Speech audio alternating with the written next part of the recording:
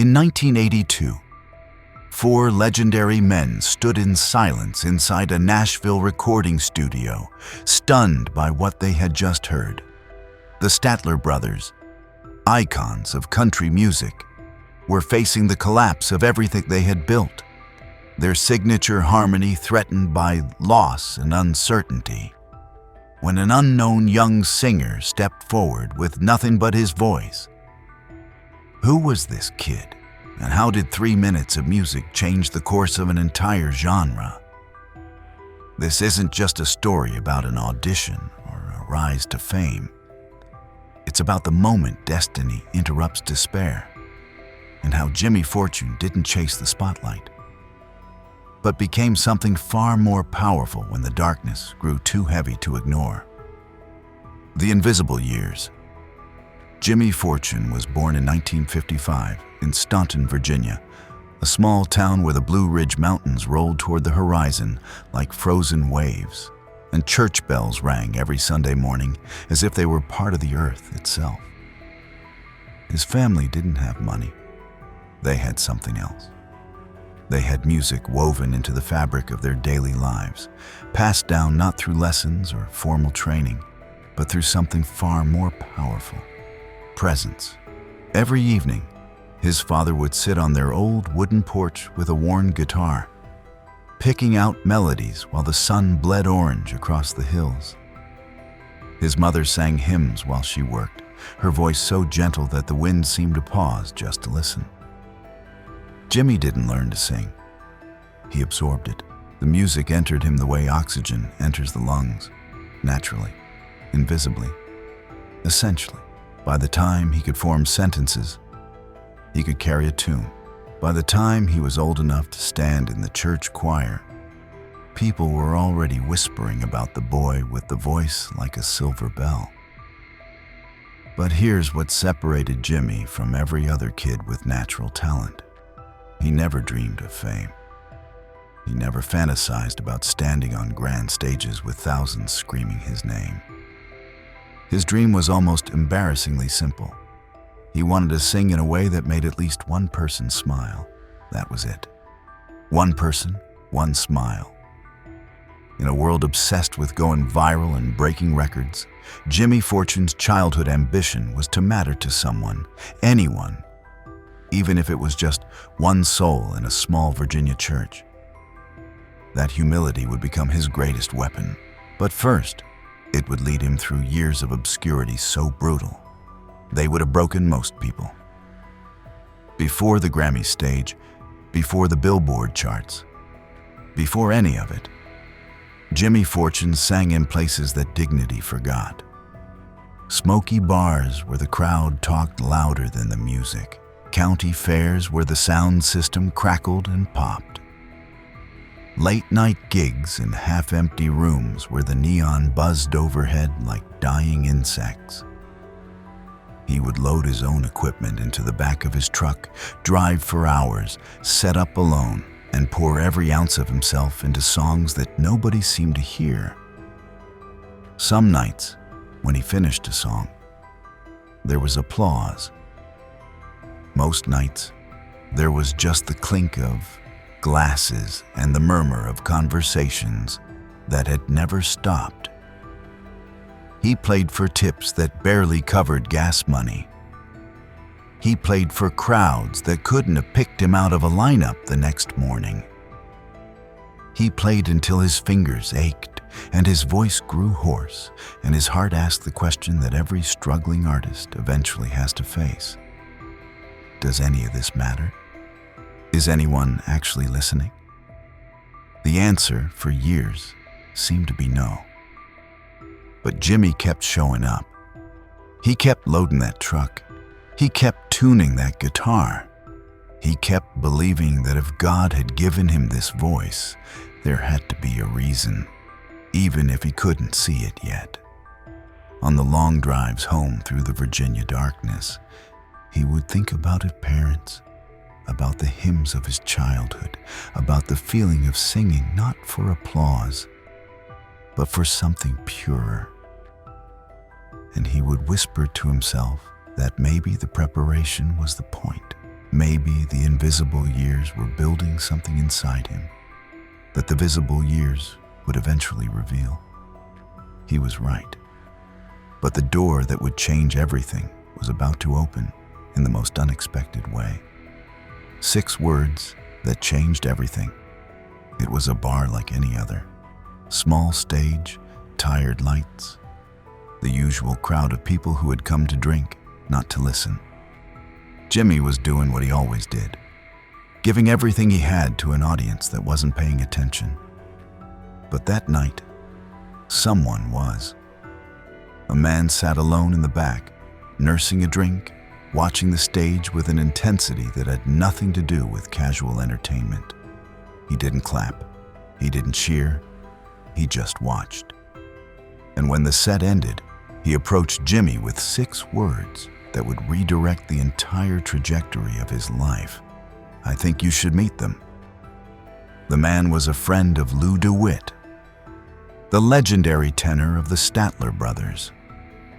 And Lou was in trouble. The illness that had been quietly eating away at him had reached a critical point. The pain had become so severe that performing was no longer possible. The Statler Brothers, at the peak of their powers, were facing the unthinkable. They needed a new voice. But not just any voice. They needed someone who could step into shoes that most people believed were impossible to fill. When Jimmy walked into that Nashville studio in 1982, he was 26 years old and had spent nearly a decade playing to crowds that forgot him the moment he left the stage. He had no idea that the next few minutes would determine whether all those invisible years had been worth it. The Statler Brothers were already there, waiting. Harold Reed, Don Reed, Phil Balsley, 3 men who had won Grammys, topped charts, and built a legacy that most artists could only dream of. And they were watching this unknown kid from Virginia step up to the microphone with the weight of their entire future on his shoulders. Jimmy didn't try to impress them. He didn't perform. He just sang. He opened his mouth and let out the same voice that had echoed through empty bars and half-attended fairs and Virginia churches. The voice his parents had nurtured on that old wooden porch. The voice that had been waiting its whole life for a room that would actually listen. When the last note faded, nobody spoke. The silence wasn't awkward. It was sacred. It was the sound of 4 men realizing that they were witnessing something they had almost stopped believing was possible. Jimmy Fortune didn't just get the job. He became the new heartbeat of a legend. The rise nobody saw coming. What happened next shocked Nashville. The music industry had written the Statler Brothers off. Everyone assumed that losing Lou DeWitt meant the beginning of the end. Instead, it became the beginning of something nobody saw coming. Jimmy didn't just maintain their legacy, he expanded it. Within a year of joining the group, he had written a song called Elizabeth. It was a tender, emotional piece, part gratitude to Lou, part love letter to the Statler Brothers themselves. When it was released in 1984, it shot straight to #1 on Billboard's Hot Country Songs chart. The critics were stunned. The fans were ecstatic. And Jimmy Fortune, the kid who had spent years singing to empty rooms, suddenly had a #1 hit with one of the most iconic groups in country music history. But he wasn't finished. In 1984, he wrote My Only Love, #1. In 1985, he wrote Too Much on My Heart, #1. 3 consecutive chart toppers, all penned by the new guy, the replacement, the man who was supposed to be a temporary fix until the real solution came along. Except Jimmy Fortune was the real solution. He was the answer to a prayer the Statler Brothers hadn't even known how to pray. The years that followed were a whirlwind. The Grand Ole Opry, sold-out tours across America, television appearances that introduced their music to new generations. And through it all, Jimmy stood at the center, his tenor voice lifting the harmonies to places they had never reached before. In 2007, the Statler Brothers were inducted into the Gospel Music Hall of Fame. In 2008, they entered the Country Music Hall of Fame, and when the spotlight hit that stage, Jimmy Fortune was standing there. No longer the boy who filled in, but the man who had helped carry a legend for more than 2 decades. From the outside, it looked like the perfect story. Unknown artist gets discovered, rises to fame, helps save a legendary group, wins awards, makes history. But here's the part nobody talks about. While Jimmy Fortune's voice was soaring across America, his personal life was quietly falling apart. The stage lights can make you look like a god. They can make thousands of people scream your name and weep at your songs and believe that you have everything figured out. But those lights only last a few hours. What comes after is the silence, the empty hotel rooms, the missed birthdays, the phone calls that can never replace being there, the slow, grinding distance that grows between you and the people you love most, not because you stopped loving them, but because you were never home. Jimmy loved deeply, completely. But the endless tours across state lines, the sleepless nights traveling from city to city, the constant demands of a career that refused to slow down, they all extracted a toll that no amount of applause could repay. His first marriage didn't end because of anger or betrayal. It ended because 2 people who loved each other simply stopped walking the same road. The distance became too wide. The silences became too long.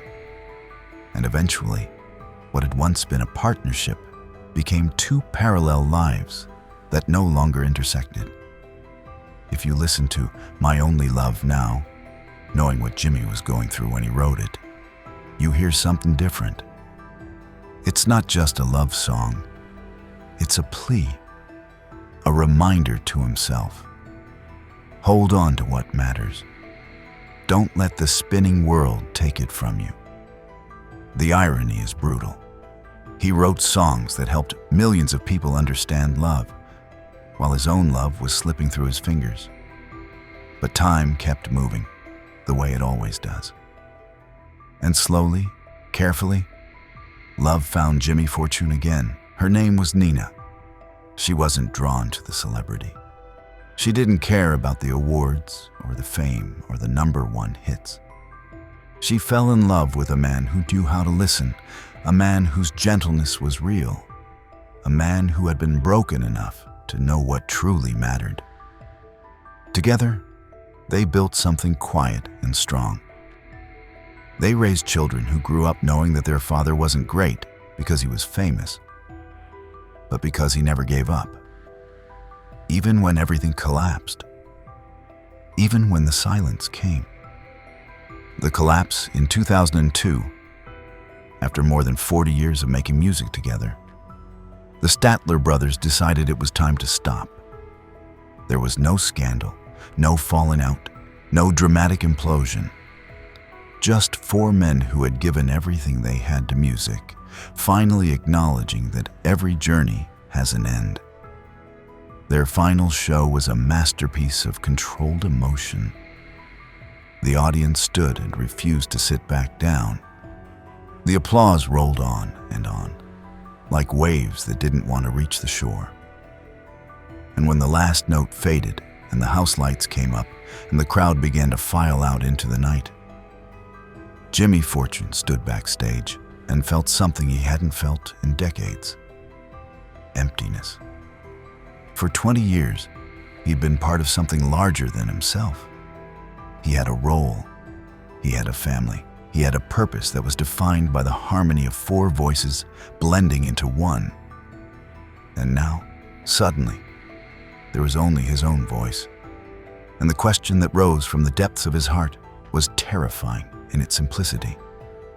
If I am no longer one of them, then who am I? The months that followed were dark. Jimmy started performing again, but not on the grand stages he had grown accustomed to. Small halls, local churches, community centers where nobody announced his name before he walked on. Some nights, only a few dozen people showed up. Some shows were nearly canceled. He got played rooms so quiet he could hear his own breathing between the notes. The man who had topped the Billboard charts was now singing into a void, wondering if anyone was still listening, wondering if anyone had ever really been listening at all. One night, in the bathroom of a small church, Jimmy looked into the mirror. No stage makeup, no flattering light, just the face of a man touching the bottom of his own soul. And in that moment, he whispered something that would change everything. "Lord, if you still need this voice, please let me keep it." When he walked back onto that tiny stage, nothing around him had changed. But something inside him had. He wasn't singing to save his career anymore. He wasn't singing to prove he still mattered. He was singing to save his own life. And that night, in that forgotten church, in front of a handful of people who would never know what they were witnessing, Jimmy Fortune was reborn. When a person falls to the very bottom, there are only two choices: stay in the darkness or start walking toward whatever faint light you can find. Jimmy chose to walk, but this time, he didn't walk toward the grand stages. He didn't walk toward the charts or the thunder of applause. He walked back to where it had all begun, the church, not as a performance venue, as a sanctuary. In that stillness, surrounded by soft piano chords and the whisper of acoustic guitars, Jimmy began to rediscover why he had ever started singing in the first place. His voice no longer reached upward for power or recognition. It settled low and warm, like a conversation between old friends. He sang gospel music. He sang hymns. He sang the songs that had echoed through his childhood home, the songs his mother had sung while she worked, the songs that had shaped him before fame ever got its hands on him. And something beautiful began to happen. People started coming, not for the name on the marquee, but for the truth in his voice. They could hear it, the pain he had survived, the doubt he had conquered, the faith that had pulled him back from the edge. His voice had always been technically beautiful, but now it carried something else. It carried authenticity. It carried the weight of a man who had lost everything and found something better on the other side. The audiences grew, slowly at first, then steadily. And then came the night when Jimmy Fortune walked onto the stage of the Grand Ole Opry, alone. No Statler Brothers behind him, no four-part harmony to lean on, just a man, a microphone, and a voice that had been through fire. When he began to sing, the sound didn't roar. It reached. It reached into the hearts of everyone in that room and touched something deep and true. The audience rose to their feet, not to honor the past, to welcome a man who had returned from the darkness with nothing but his heart and his faith. Nobody called it a comeback. Jimmy didn't want them to. It wasn't a comeback. It was a rebirth. And rebirth, he had learned, isn't about returning to where you were. It's about becoming who you were always meant to be. What he knows now, today, people don't come to hear the man who used to sing with the Statler Brothers. They come to hear Jimmy Fortune. They don't call him a legend. They call him a healer. His voice has aged, yes. It's lower now, warmer, filled with the texture of a life fully lived. But it can still quiet a room from the very first note. Not because it's technically perfect, because it's true. And in the world of music, truth is the rarest sound of all. The songs he wrote decades ago still reach new generations. Elizabeth, my only love, too much on my heart. They endure not because of nostalgia, but because the emotions they capture are eternal. When people sing Jimmy's songs, they're not just singing lyrics. They're singing their own memories, their own losses, their own hopes. They're connecting to something bigger than any one artist or any one moment. And here's what no award can ever capture.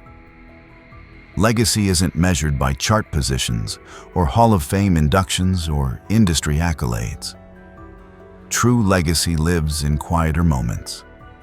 The 70-year-old man in the front row who weeps when Jimmy sings, "How Great Thou Art." The widow clutching her chest, whispering that his song helped her survive her husband's death. The child holding her mother's hand, hearing something she can't name yet, but knowing instinctively that it's called hope. Jimmy Fortune didn't just leave behind songs. He left behind a way of standing in life, with gentleness, with humility, without fighting the world, without giving up on it either. He proved that some people aren't meant to blaze like wildfires. They're meant to burn like steady candles, offering warmth to hearts that have grown cold. When you've lived through every season of life, from the fire of youth to the heights of fame, to the silence of loss, to the slow climb back to light, you begin to understand something that nobody believes when they're young. Happiness doesn't live in applause. It lives in the quiet moments when you no longer have to prove anything to anyone, including yourself. These days, Jimmy Fortune has slowed his pace. He spends more time at home, surrounded by the people he loves. He rises early when the world is still wrapped in mist, makes a cup of coffee, and sits on the porch watching the sun climb through the trees, just like his father used to. Nobody calls him a star out there. Nobody asks him to perform. And he smiled, because he no longer needs to become anything. He already is. He still tours, but selectively now. He chooses shows where he knows there will be hearts that need comforting, not crowds that need entertaining. He sings the old songs with the voice of a man who understands what those words cost and what they give. His love with Nina isn't about holding on anymore. It's about walking together. Two souls moving quietly through each day like parallel streams that have found their way to the same ocean. His children are grown, each with their own worlds. But in their eyes, there's a quiet pride that has nothing to do with fame. They're proud of him, not because he was a great artist, but because when life dragged him into darkness, he found a way to climb back out. As for friendship, time has taken many people from his life, but it has also revealed who was always meant to stay. The ones who remain are family of the spirit, bound not by contracts or convenience, but by the kind of love that doesn't need to explain itself. Jimmy never wrote a philosophy book. He never turned his wisdom into a branded podcast or a self-help empire. He just lived. And his life speaks clearly enough for anyone willing to listen. Everything we hold in our hands will eventually slip away. Only what we hold in our hearts will stay. Evening falls across the Virginia hills. The wind whispers through the trees the way it always has. The way it did when Jimmy was a boy learning to sing on his father's porch. He sits now with an old guitar, no stage beneath him, no spotlight above him. Just a voice that has weathered every storm and found its way back to peace. From the church boy in Staunton to the unknown singer in smoky bars, From the man who saved the Statler Brothers to the artist who had to learn how to stand alone. From the broken soul in that church bathroom to the quiet legend who found himself again through songs of faith. Jimmy Fortune's life was never a story of glory. It was the story of a heart that never stopped loving, even after it had been shattered. And maybe that's what all of us are trying to do. Every single day, hold on to love. Keep walking forward. Find something worth singing about, even when nobody seems to be listening. If this story stirred something in you, sit with it for a moment. Because music doesn't survive on charts or numbers. It survives in memory, in the moments we carry long after the song fades. Jimmy Fortune's voice didn't just fill silence. It left echoes that are still moving through the shadows today. And this story, his story, isn't finished. Because for every voice that history remembers, there are others still waiting to be heard. So here's the question I'll leave you with. When the next unseen voice steps into the silence, will we recognize it before it's gone?